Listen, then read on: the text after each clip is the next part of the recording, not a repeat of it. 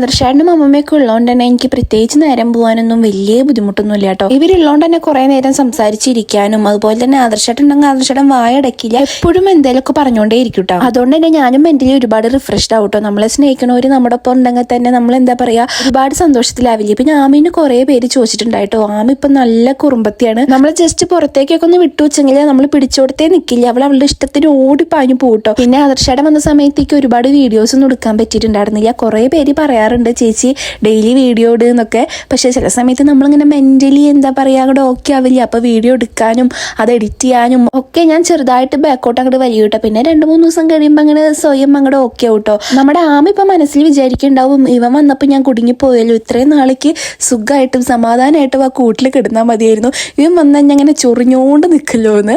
പിന്നെ ഇപ്പം ഞാൻ പോവാൻ നിൽക്കുന്നത് നമ്മുടെ കൊറിയർ അയക്കാൻ വേണ്ടിയിട്ടായിരുന്നു കേട്ടോ. നമ്മുടെ ഗിവ് അവേ വിന്നറിനെ നമ്മൾ സെലക്ട് ചെയ്തിട്ടുണ്ടായിരുന്നു. പെട്ടെന്ന് തന്നെ എനിക്ക് അയച്ചു കൊടുക്കാൻ പറ്റിയിട്ടുണ്ടായിരുന്നു കേട്ടോ. കാരണം ആദർശേട്ടൻ വന്നിട്ടുണ്ടെങ്കിൽ എനിക്ക് ഇമാതിരി കാര്യത്തിനൊന്നും ഒരു ടെൻഷനോ കാര്യങ്ങളോ ഒന്നും വേണ്ട.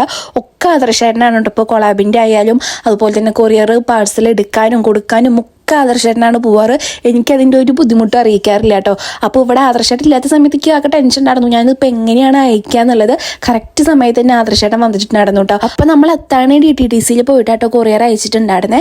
അപ്പോൾ നമ്മൾ ഇങ്ങനെ ചെറിയ ചെറിയ ഗീവ് അവേ ഒക്കെ ആയിട്ട് വരാം. അപ്പോൾ നിങ്ങൾ ജസ്റ്റ് എല്ലാവരും ഒന്ന് സപ്പോർട്ട് ചെയ്യുക. വയനാട്ടിലുള്ള ഒരു ചേച്ചിക്കാണ് കേട്ടോ പ്രൈസ് കിട്ടിയിട്ടുണ്ടായിരുന്നു. അവരെന്നെ അന്ന് തന്നെ കോൺടാക്ട് ചെയ്തിട്ടുണ്ടായിരുന്നു. അപ്പോൾ പിറ്റേ ദിവസം തന്നെ എനിക്ക് കൊറിയർ അയക്കാൻ പറ്റിയിട്ടുണ്ടായിരുന്നു. അപ്പോൾ ഇതാണ് കേട്ടോ നമ്മുടെ കുട്ടി വിന്നർ. അപ്പോൾ അവർ പ്രൊഡക്റ്റ് കിട്ടിയെന്നൊക്കെ പറഞ്ഞിട്ട് മെസ്സേജ് അയച്ചിട്ടുണ്ടായിരുന്നു. അപ്പോൾ നമ്മുടെ ഇന്നത്തെ വീഡിയോ ഇത്രയേ ഉള്ളൂ. ബൈ.